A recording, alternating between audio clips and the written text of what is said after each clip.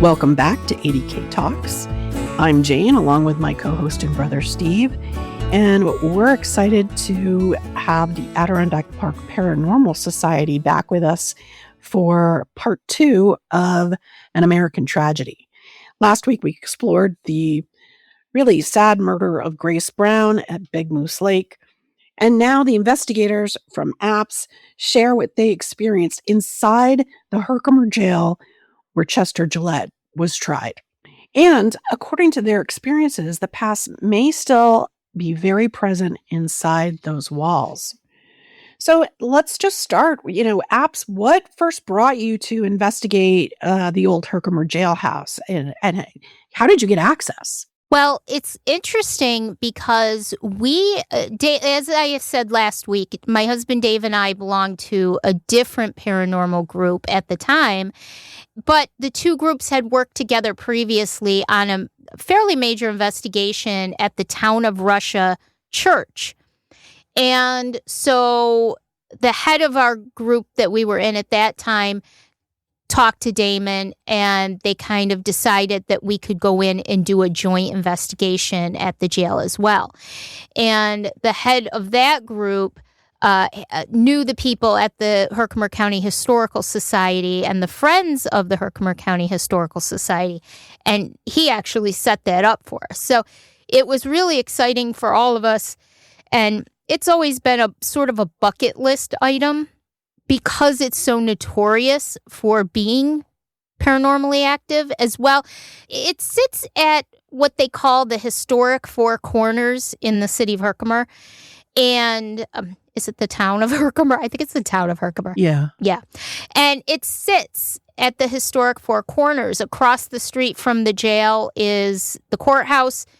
Next to that is the Historical Society, and across from the Historical Society is a very historical church. So they were regularly doing tours, but not really haunted history tours or paranormal investigation fundraisers. And so what we did was we decided that we would investigate the jail.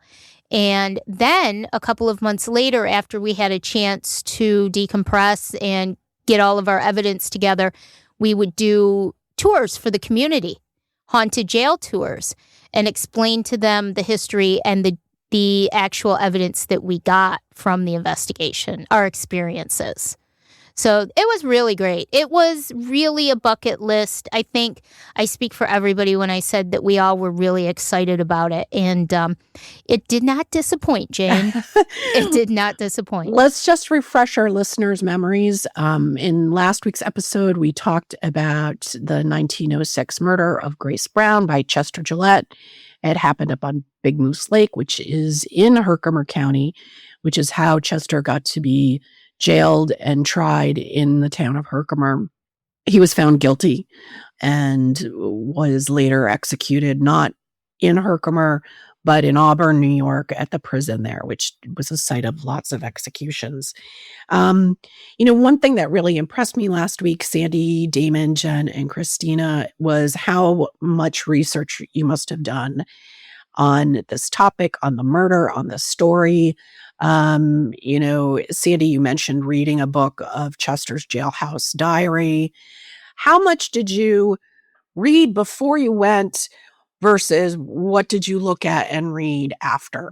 Well, it's kind of interesting because I grew up specifically sort of in that area. So I always like to go into any investigation with as little knowledge as possible. In this case, it was impossible because you know the stories, you know the history, it's spoken about, it's in stories on Facebook, it's in social media, it's everywhere. So I had already researched the story before I got there. So it was really hard not to know. But basically, everybody in New York knows something of the story. Very rarely do you hear of anyone who doesn't at least know the name or the story. Damon, Jen, were you aware of any of the history before we went in? I actually lived in Herkimer for a few years, and I did not know the story, but I did know the jail, and I would drive by it regularly, and it was just this looming building. I was not part of the team at the time. I had no idea I'd actually be investigating it one day, but I remember always being intrigued by it, that I knew it had some kind of story that it wanted to tell. Yeah, as for me, it was more of, to go back a bit. Yeah, as I touched on in last week's episode, I read, American Tragedy, and I've read Murder in the Adirondacks, American Tragedy Revisited. To add to that a touch, from 2003 until 2016, I was a volunteer and then finally was a paid employee of the Adirondack Scenic Railroad. So we actually talked about the history of the Gillette travelings on our line, because we are chartered by Department of Ed as a non-for-profit. So, we're supposed to, we give the history of what happened on the line. It is a nationally registered historical landmark. It's the last remaining section of the New York Central line, which is the line that was in place when he traveled it. So, that's kind of my history of it and knowledge of the Gillette murder.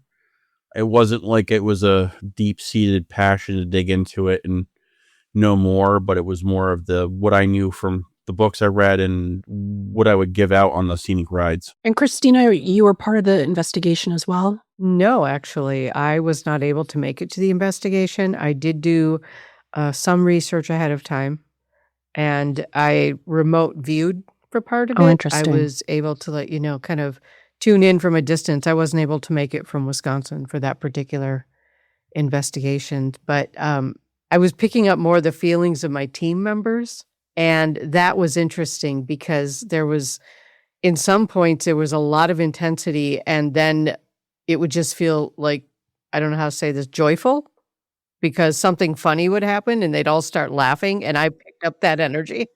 But I didn't actually know necessarily what they were laughing about or what the intensity was about. So walk us through, if you can, so you go into the building, what do you do? What does an investigation look like? It's a little bit different for everybody because of the fact that we all sort of take on different roles during the investigation.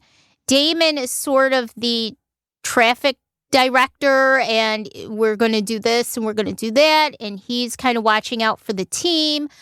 I like to just kind of sometimes walk through by myself, or I'll stick to the back of the group as we go because I want to see what I'm picking up, and I don't do much talking in the beginning. I go really by my first impressions a lot of the time as to where we'll go or who should be with me. For example, that evening, I really felt like at certain points of the evening, it should be the girls going to a specific spot. Why is that? Well, Roxalana Druse, who is another very well-known inmate at the Herkimer County Jail, and we can get into her story later too, but I just felt like from picking up what I was picking up that we would be able to connect with her on a more personal level as women than if the guys were there. And by the same token, it ended up the guys spent some time up in Chester's area because we felt like Chester might be more prone to speak with them. And if we found that didn't work out as well, then we would mix it up and try something else. A lot of what I do in the beginning of an investigation is based on my impressions and my feelings and where I feel there's energy and where I feel I can feel male or female. I can feel movement. I get names a lot. I get a lot of names. I'm what they call clairsentient, which means that I just know things sometimes. Things will pop into my head and I'll just know them, especially names.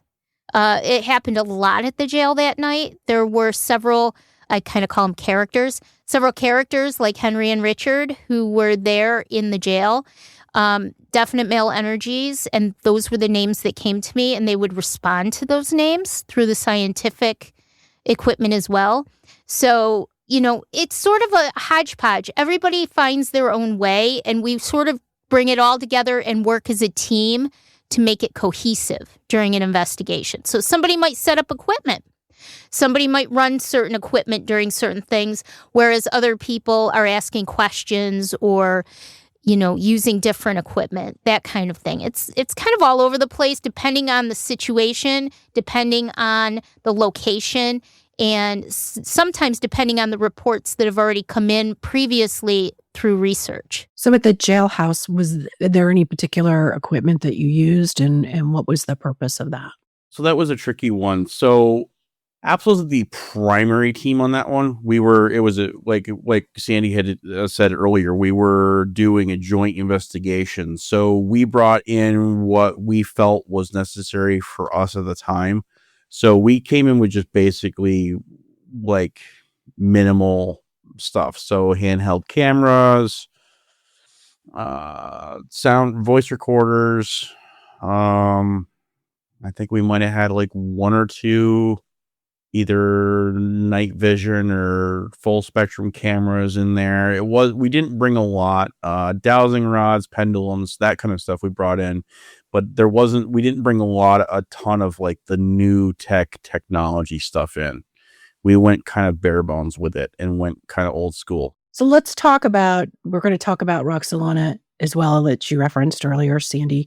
But since we were just on the topic of Chester recently, what did you find? What did you discover? What did you sense? What was it like? I actually didn't start out speaking with Chester because I kind of had this weird feeling that, not that it wasn't going to go well, but that it was going to be a little bit more difficult to interact with Chester. I did end up there. And what I did was I brought the diary with me, and I had gone in before the investigation and found some passages that I thought might evoke a response from him. And this is Chester's diary, right? Chester's diary, yes. And so I had 5 or 6 different passages marked. And so I went up there, and it's very interesting when you walk in the cell. For anyone who hasn't been there, seen the cell, seen it online, it's a large cell divided into 2. It's basically like 3 mini rooms. You walk into the first, through the door, and I think they had converted it, if I'm not mistaken, for Chester to give him a little more space because he was going to be there for a while. And it's a main big cell. You walk in, and there's a little room, essentially, and to your left are 2 smaller cells. And Chester would sleep in one of the cells, but there was a chair in the main part, and he had pictures of girls posted all up in there. And and they still have pictures up there today, not the actual pictures, but to kind of show what it was like, to set the stage. And as soon as I walked through the door, I could feel this really strong male energy. And I knew immediately, obviously, who it was. But the impressions that I was getting from him, especially when I started to read from the diary, again, I think we spoke to this last week, very narcissistic, very egotistical, felt like women were kind of beneath him. He had this way of making you feel as if you're beneath him. Very cold. I was going to say, I almost saw him snickering. Yeah, he was very disconnected from emotions, if that makes sense. Almost like a numbness. I picked up a numbness from him. Sociopath. Yeah. I really feel like he had traits of narcissism, of a sociopath, of psychopathic tendencies. Because there was definitely personality disorders there. Yeah. Without a doubt. It all kind of swirled around. And like I said last week, it was hard for me to put it all together in the moment. But as I thought about it, I really realized that it truly was, as we said last week, he just had to solve a problem. Chester Gillette lived in black and white. There was no maybe. I don't know if he ever was actually capable of loving someone. He just played the game and lived the life. And I just think that Grace indeed was just a victim.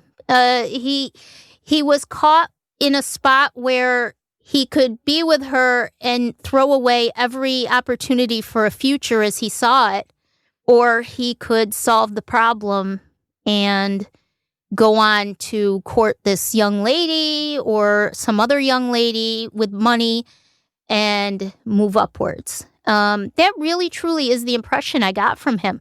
He did not like me reading from his diary. I could feel anger, and I can pick up that energy and actually sometimes feel that energy. I could feel it. I felt as if somebody was in my face at one point. He just was not happy with the fact that somebody, a woman, was in there challenging him, or as he saw it, challenging him. So it was really an interesting, I don't want to say unsettling. There's not much that makes me afraid. But it was unsettling, I guess. It was definitely uncomfortable. Yeah, it was uncomfortable. Like you felt like you were being watched or stared down or followed, or it was definitely a negative male energy hanging around. Yeah, without a doubt. It almost sounds like you were sensing that he was trying to intimidate you. Oh, yes, Steve, definitely. He sounds to me like the perfect fixer. You know, he the kind of guy that would go in and fix somebody's problem and then go off and not have to think about the ramifications of it. And in my mind's eye, I almost feel like while he was in jail, I'm sure he had, I won't say a fan club per se, but I could almost guarantee he had, communications or visits from Women sympathetic? He had fangirls. We'll go with that. Yeah. Damon, I'm going to say fan club. I was trying not to go there and give him that energy, but he had a fan club. He did. Sounds like the jail from the Andy Griffith show, where It was does. Barney Fife the jailer with his one bull? Well, and that was kind of like, I mean, I got the sense that even the guards were kind of like in awe of the guy. It really was that kind of celebrity, and that's what he enjoyed. That's what he liked. When he was being brought from Herkimer to Auburn prison, he was put on the train, and he was brought down through Utica, and there was a traveling circus group that was on the train with him. And all the girls realized who he was and were speaking to him, and everybody was asking him questions, and not so much about the case, but just talking to him, and he was eating it up. He was enjoying it. It was in the book, actually, An American Tragedy, the Murder in the Adirondacks book. And he was really enjoying that notoriety and that adoration that he was getting. Didn't he have like guards though, or something that you would They think? had someone traveling with him, but don't forget it was like 1906. Think Keystone Cops. Yeah.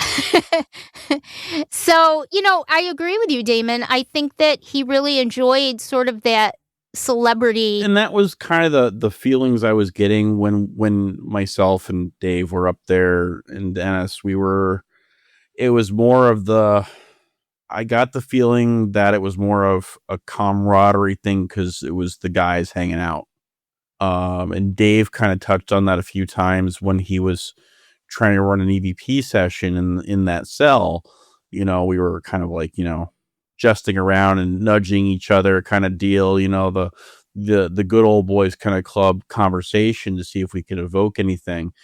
That was the energy I was getting out of that the time I was up there, at least, it was definitely a huge ego with him, and there was definitely the narcissism and the egotistical way about him. Why do you think he's in the courthouse? Like, why isn't he at the Auburn jail? Why isn't he at Big Moose Lake? Why, or maybe he is, I was just going to say that. My personal belief, now this is just my experiences in life and my experiences in investigating, and a lot of people say, well, why would you haunt the cemetery? Well, I don't know that there's necessarily a haunting per se of a cemetery. I think that for the most part, from my experience, when we pass over to the other side, we have free will, which means that we can come and go. The only time I feel like we bind ourselves to a location is, and we bind ourselves. We're not just automatically bound to a place. So if you die in a car accident, you aren't automatically bound to that place. You're there because there's some emotional tie for you, whether that's anger, sadness, intense joy, something about that. You are keeping yourself there. And a lot of times what I come across is people who have passed over and they just don't realize that they can go. And once you explain to them that they can go and that they're binding themselves to a location, 9 times out of 10, they'll go. They may come back, but they'll come back knowing that they can leave again. And that's the big difference. We're talking about a guy who showboats. Yeah. He shows up for an audience. That's right. I was about to say he was at the top of his game when he was That's sitting right. at the Herkimer County Jail. It doesn't mean he's there all the time. It means he shows up when there's an audience. Exactly. And there's nothing saying he's not showing up at other locations that we're just not aware of. Right. And he could be showing up at other locations when there's an audience, when somebody's doing a talk at a library, when somebody's speaking about him at a university or, Exactly. you know, wherever it is, he's going to show up wherever he's got an audience because that's his personality. Well, and I see there's one of the New York State historical markers is sitting on the shoreline where the Glenmore used to be. Guarantee he shows up there once or twice when there's Sure he talks does. or tours going on there. Dave and I do a lot of cemetery touring. And a lot of times what'll happen is I won't have a plan of action, but I will just be drawn to a headstone that I see. And I may have like a K2 meter with me or something like that. And I'll actually get out of the car, make Dave pull over. He loves that. Go get out of the car, go over to the headstone and have a conversation. But does that mean that that person is there 24/7? Not at all. It just means that we are giving them that opportunity to come and actually communicate with someone on our side. And one of the worst things in the world is for someone to never say your name again once you've passed over. Because essentially, if there's not somebody there to tell your story, then you just slip into obscurity. Because, you know, if you died in 1854, who today in 2026 is going to say your name? So if I go to a stone that I'm being pulled to and I say that person's name, if they want to come forward, they'll come forward because someone is acknowledging them. Someone wants to tell their story. And that's the same with Chester or anyone else. Although Chester, who is a big narcissist, I'm sure anytime that there are jail tours, anytime there is someone in there doing repair work, you better believe that Chester's there, because if somebody's there, that's an opportunity for Chester to soak up that energy. Right. And we have been talking about him for 2 episodes now. So, Sure. you know, when you listen back Do to you think he's this- here? Well, what I'm saying, though, is listen back because we might be recording EVPs we can't hear. Exactly. What's an EVP? Electronic voice phenomena. So we're recording, right? So it can pick up things that we're not saying. It can pick up other voices just like we do in investigations. So, you know, when you look back at the video, you might hear a little whisper or you might hear a sound that is out of place that we did not hear during recordings. Because if he's going to show up, he can show up any way he wants to. He doesn't have to be a location. It could be energetic. I don't want us to get too far off on a tangent because we really want to talk about Roxalana Druse. What I found really interesting, many things I found interesting, but as we were having this discussion and talking about why Chester's there, I also found it really interesting in our first episode, not last week's, but the one in 2025, you told stories about paranormal experiences where people had, it was like, I think you talked about a bar and that the people in the bar heard footsteps going up and down the stairs because the old owner or manager would go up and down the stairs to bring ice. And to me, that was like, that's so totally different because as you said, it's energy and it's energy that had been there a long time. Is it that they just want to be back in that familiar place? You know, they're not showboating like Chester. You know, why is that energy there? So I think that was one of my stories, and that was from a restaurant in Baldwinsville, New York, called the Angry Garlic. And there are actually 2 different types of energy. There's intelligent energy. So that would be something like Chester, who literally will interact with you. It's a visiting energy. It's a spirit who can move around and come and interact with you and might move something if on cue or may answer you in an EVP session. may respond to you in some way. They know that you're there, and obviously you're going to know that they're there because they're interacting with you. Then there's what they call residual energy. And residual energy accounts for, I would just a rough estimate, but I would say accounts for quite a bit of the energy that people sometimes might feel in their home and get scared and think it's haunted. And everything that we do stamps energy into the environment. A lot of New York State, the majority, like 99% of New York State, had Native Americans on it at one point in time, for example.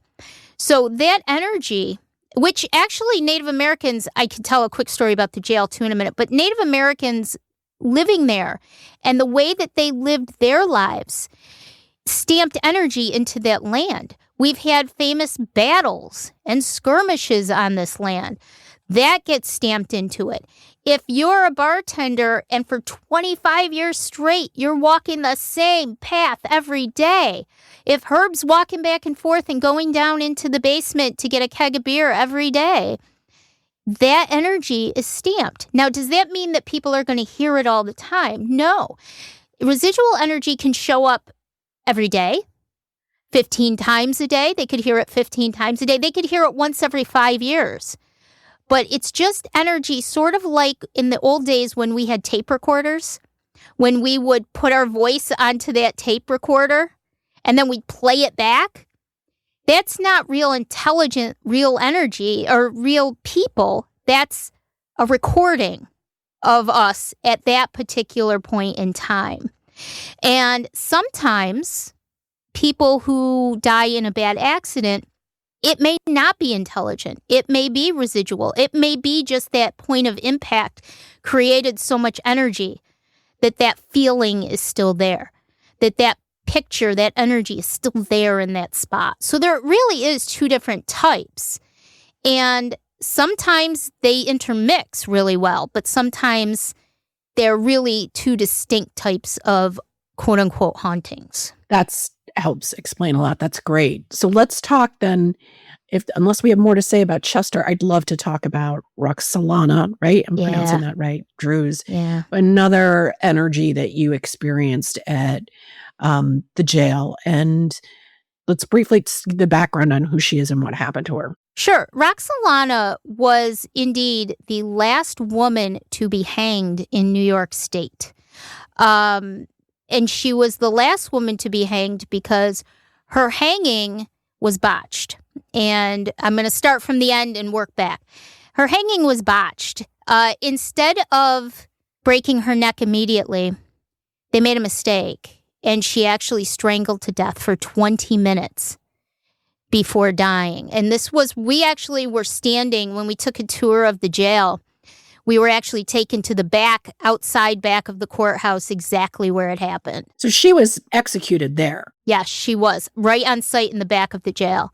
And she was born Roxalana Teft around the 1840s. I've been doing my own family tree, and I know how difficult it is to get exact dates and exact things from that period of time. But she was born around the 1840s. She married a man who was a farmer. His name was William Druse in about 1864, 1865.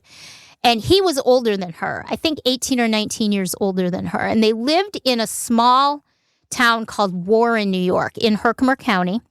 It was a little farm. And everybody knew it was very violent and very troubled, this marriage. Neighbors and family, they were just really terrified for Roxalana. They had 2 children. They had Mary Druse, who was, I think she was about 18 or 19 when the crime occurred. And then they had a young son, he was about 10, named George Druse. And they also had a nephew. He was a little bit older than George. I can't remember his age.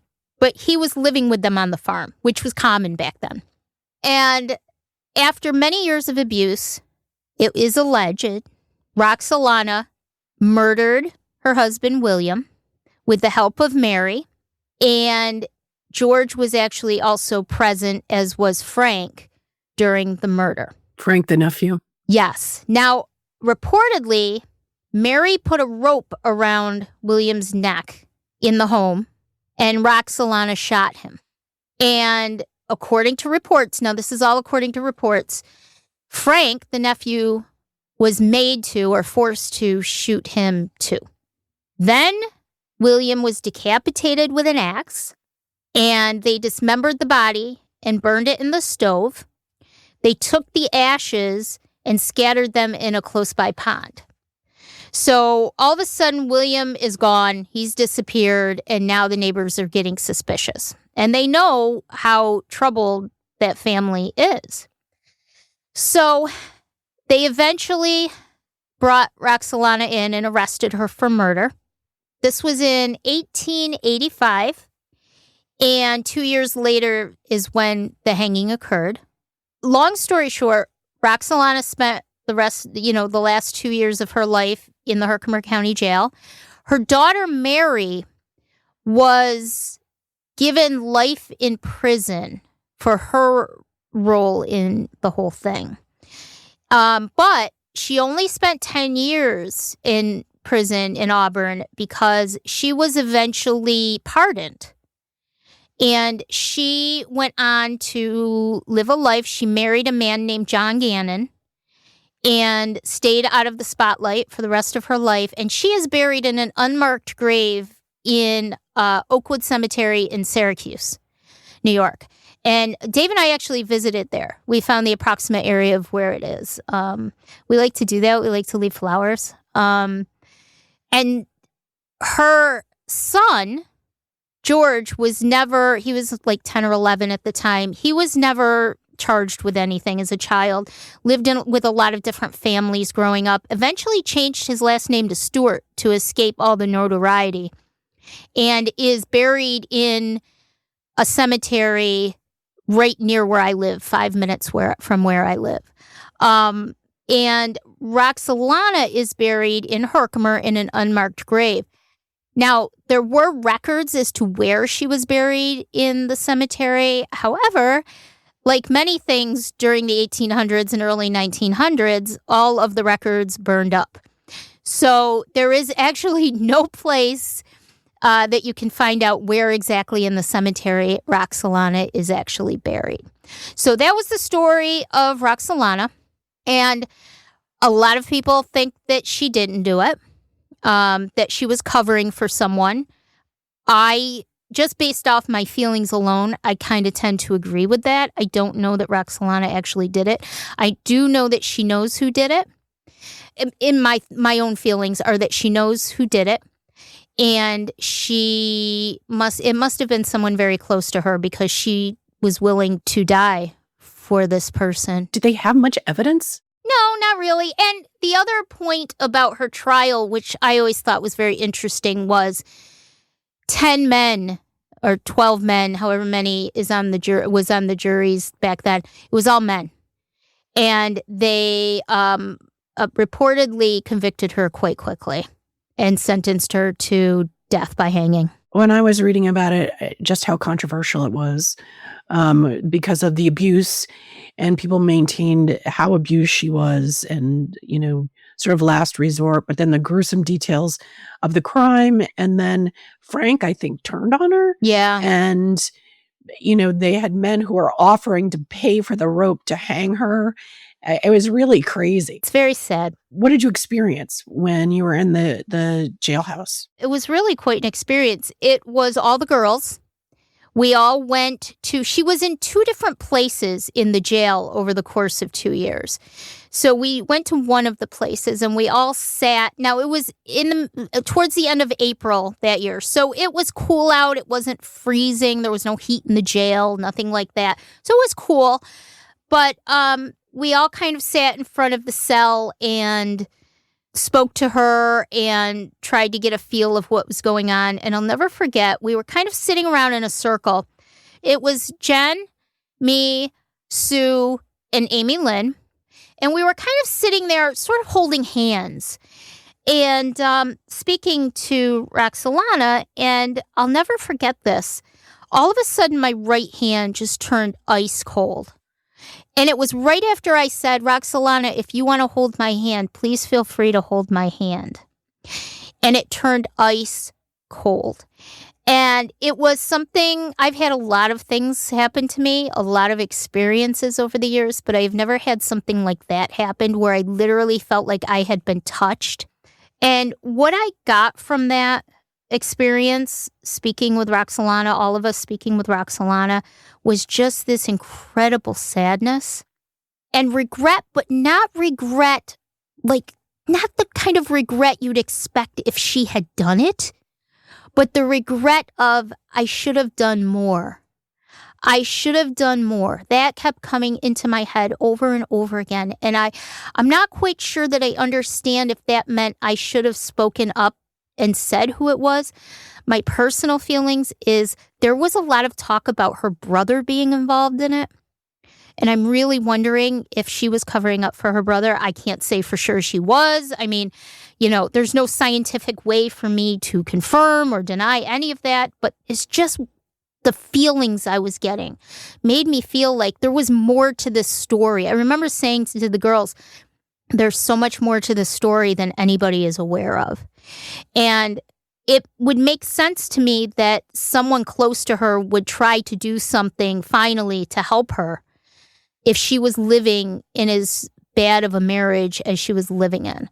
So it was just a surreal moment where I really feel to this day as if Roxalana Druse was holding my hand, because nothing else about my body, no other body parts felt cold until I said, you can hold my hand if you need to hold my hand. And we were saying things like, we're here for you. We're women. We understand all of that. It was just an incredible moment that I'll never forget. Well, and I mean, we're 150 years on and we still don't fully understand abused women and what being a victim of that kind of abuse makes you incapable of doing and capable of doing. So it's really tough story. I do think that if anything good came from that situation, it's the fact that it really did spark a lot of interest in women's rights at the time, and more people sticking up for women at a time when women weren't really stuck up for. And it did lead to some, however big, however small, some movement towards more rights, more understanding of women and the lives that they live, especially when it came out how abusive that relationship really was. Do you think, and this is a bit of a flyer, because of the proximity to Seneca Falls, is there a story like that having any influence on women's rights movements? And you know what, Steve? It's interesting you asked that question, because Elizabeth Cady Stanton and Susan B. Anthony were very much tied to this area. There is a building that we go by all the time right in Utica, right near the train station that Jane was talking about, where there was a women's convention. And Susan B. Anthony spoke in that very building during one of the women's conventions. And so I do really think that the proximity of a lot of that stuff led a lot more women, maybe not as many men, unfortunately, but a lot more women to take notice and speak out a little bit more maybe about the lives that women led at that time in history. I really do believe that. That's a great question, because I never thought about that, but I really do believe that. Apps, thank you so much for these two great episodes about tragedy and murder and the paranormal and the Adirondacks. I know that shouldn't sound like things we want to hear about, but they are really fascinating stories. And I think they're important too, not to make too light of it, especially as we were just talking about Roxalana and just sort of the downside of abuse. Or I didn't mean for this to be a feminist episode or episodes, but also, the tragedy of Grace Brown and her naivete and what befell her for putting too much trust in the wrong person. Before we exit, I know Christina and Sandy, you guys have podcasts that you host in addition to participating in the Alchemy podcast. I'd love for you guys to be able to share your information with our listeners as well. Christina, I'm going to start with you. Yes, I have 2 podcasts with the All Access Network Television people, and that is Paramystic Podcast with Christina Bloom, bringing the mystical and the paranormal together. And the other one is Breakfast with Bobby, that I do with a friend of mine. We've been going out to breakfast together for years, and we talk a lot. So we decided to talk into microphones. I'm also a part-time co-host on From Beyond with Glenn Bottis, which releases on Mondays. Great. Are all those on the usual places?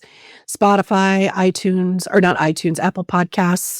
I'm just going to say at this point, I have a couple of them that are on Spotify, but mostly it's YouTube, or you can catch them on Facebook. Okay, great. Thank you. Sandy? Well, I have, as you can tell, I like to speak a lot. And so I have a few podcasts out. My very good friend Todd and I do a podcast. We've been doing it for several years now. We started during COVID, and it just kind of kept going. We're on hiatus right now, but there's 16 seasons to work your way through. So, yeah, it's a long-standing one. It's called the Sandy and Toddcast, and it's on all of your usual platforms, including YouTube.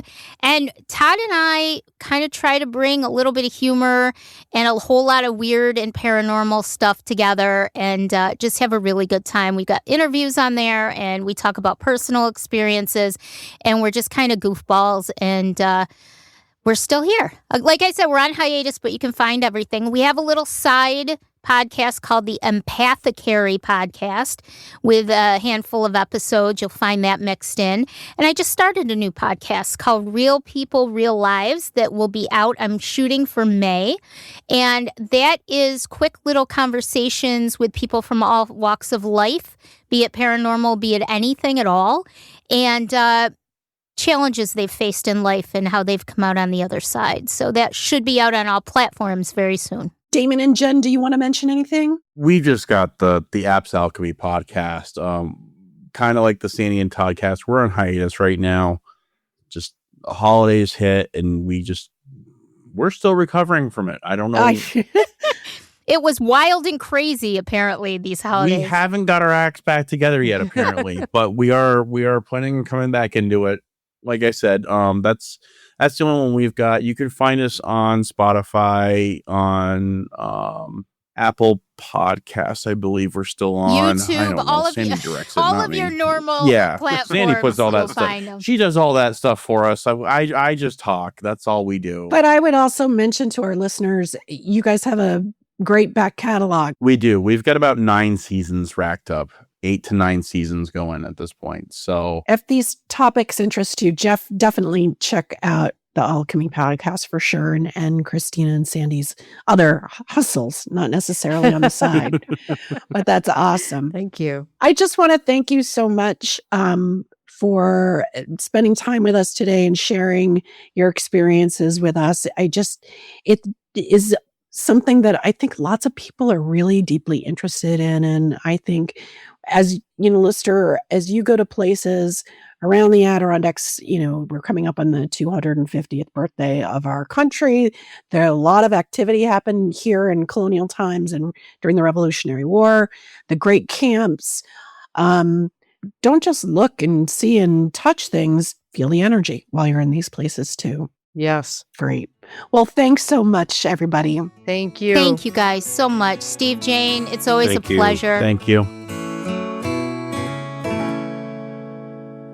Wow. So today we have heard about these investigations again. We're so thrilled to have apps back. They're so fascinating. They're fascinating. It's wild, the stuff that they experience. And as we've spoken in the past, I've been places and felt things, but not the way they do. The way my wife will occasionally. Yeah. Michelle definitely is empathetic. Do you think she'd go with us if we did an investigation somewhere? No, if she knew she were walking into it, she wouldn't. And for the listener's sake, we were on a tour of a lightkeeper's house in Corolla, North Carolina. And there was a room that we ended up in, and she took a step, maybe 2 steps into the room and just almost fainted, had to walk back out. Yeah. She did that with me at the shirt factory in Glens Falls. Yeah. She's like, I got to get out of here. And I was like, what? She couldn't handle it. And it's funny because I did a little bit of research that same week, I think, when we were down there. Maybe it was next year. I think it actually was later. It was a year or 2 later. And that lightkeeper's house and those lightkeepers' houses were side-by-side duplexes. And the side that they were in there was a single man who was a lifesaver. And in the other side of the duplex was a family. And that particular lightkeeper was one of the few that ever, I think he was the only one that died at that lighthouse in the process of saving a life at sea. Oh, wow. It was a couple of years later that I'd read about it. And what I found interesting is the people that were giving us the little tour said that there were sensations and people would comment, but they had no idea why. And it's like, it didn't take me that long to figure that part out. I think it's also, or at least the story. In last week's episode, to tell a story behind Chester Gillette. And if you just, read the book, if you watch the movie, you read it in the Wikipedia entry, I don't feel like you get the full story. And I think what Apps brought in part 2 was the character of Chester Gillette and what he was like and his ego and that part to me was super fascinating. Yeah, it's, again, the story you get in my looking it up, because I was not at all. I was familiar with this, that there was a story. Because remember, we had gone up to Big Moose Lake for our grandmother's birthday at one point. And I knew of the story, but I didn't know the story. And reading it and looking into it, you find a lot of different parts of it, even though Wikipedia has some. But then, I did a shout out to the Adirondack Experience. They have a great little YouTube video describing this. And I would recommend anybody who wanted to get into that. It's definitely worth the effort. Cool. I'll take a look. I emailed you a link. Oh, I missed it. You missed a lot. Well, speaking of email, if you enjoyed today's episode, feel free to send your comments and questions to us at info@adktaste.com. We loved your feedback. We love your suggestions. We'll be doing a reader mailbag episode in the near future. So send us your questions. We love them. And if you want more stories and insights about the Adirondacks, visit our website, adktaste.com. It's our curated guide of where to go, what to do, where to eat, where to stay, where to shop in the Adirondacks, and also current local events, which tend to be one of the most popular parts of our website. And if you love what you heard, if you haven't already, subscribe to us on your favorite platform. Apple Podcasts, Spotify, YouTube, Amazon Music. Please go ahead and do that. And we would love it if you would rate and review us. It helps the algorithm and helps other people who are interested in the stories of the Adirondacks find us. And with that, we'll say adios until next time.